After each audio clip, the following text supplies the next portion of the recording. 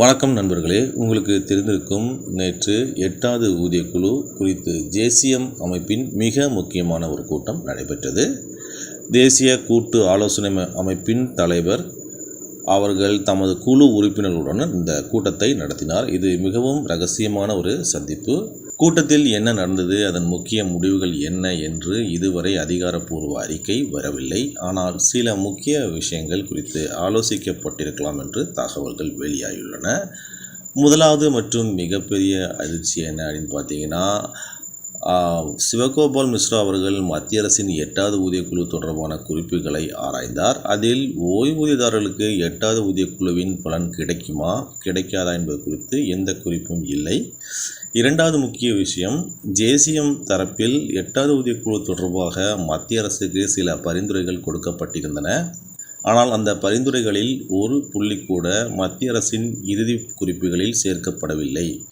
இந்த விடுபட்ட முக்கிய புள்ளிகள் குறித்து தான் நேற்றைய இரகசிய கூட்டத்தில் விவாதிக்கப்பட்டிருக்கும்.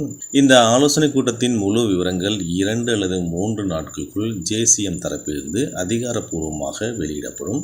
இப்போது செய்தி அறிக்கையின்படி விரிவாக பார்ப்போம். 69 லட்சம் ஓய்வூதியதாரர்கள் 8வது ஊதியக்குழுவிலிருந்து விலக்கப்படுகிறார்களா என்று ஊடகங்கள் கேள்விகள் எழுப்பியுள்ளன. அரசாங்கத்தின் குறிப்பில் ஓய்வூதியதாரர்கள் பற்றி குறிப்பிடாததால் இந்த குற்றச்சாட்டுகள் கிளம்பின. இதன் விளைவாக ஜேசிஎம் அமைப்பு இந்த கூட்டத்தை ஏற்பாடு செய்துள்ளது. கூட்டத்தின் முக்கிய நோக்கம் என்ன அப்படின்னு பார்த்தீங்கன்னா, 1. ஓய்வூதியதாரர்கள் ஏன் சேர்க்கப்படவில்லை, 2. ஜேசிஎம் அளித்த பரிந்துரைகள் ஏன் புறக்கணிக்கப்பட்டன போன்ற கேள்விகளை எழுப்பி அரசாங்கத்திற்கு அழுத்தம் கொடுப்பதே ஆகும். இது ஒரு ப்ரீ பிளான் ஸ்ட்ராட்டஜி மீட்டிங் ஆகும். இந்த கூட்டத்தில் ஆலோசித்த பிறகுதான் மத்திய அரசுடன் அடுத்து என்ன பேச வேண்டும், என்னென்ன கோரிக்கைகளை முன்வைக்க வேண்டும் என்று அடுத்த கட்ட திட்டத்தை ஜேசிஎம் வகுக்கும். இந்த கூட்டத்தில் விவாதிக்கப்பட்ட முக்கிய கோரிக்கைகள் இவையாக இருக்கலாம் என நம்பப்படுகிறது. 1. சம்பள நிலைகளில் திருத்தம், ஓய்வூதியத்தில் சீர்திருத்தம், அகவிலைப்படி இணைப்பு, இடைக்கால நிவாரணம், சுகாதார பலன்கள். மேலும் அகில இந்திய பாதுகாப்பு ஊழியர்கள் கூட்டமைப்பு ஏற்கனவே நிதியமைச்சர் அவர்களுக்கு கடிதம் எழுதி இம்ப்ளிமெண்டேஷன் டேட் பற்றி தெளிவு இல்லை என்றும் ஓய்வூதியதாரர்கள் குறித்து குறிப்பிடவில்லை என்றும் தங்கள் கவலைகளை தெரிவித்துள்ளனர். எனவே இந்த இரகசிய கூட்டத்தில் ஜேசிஎம் அமைப்பு ஒரு வலுவான வியூகத்தை வகுத்திருக்கும்.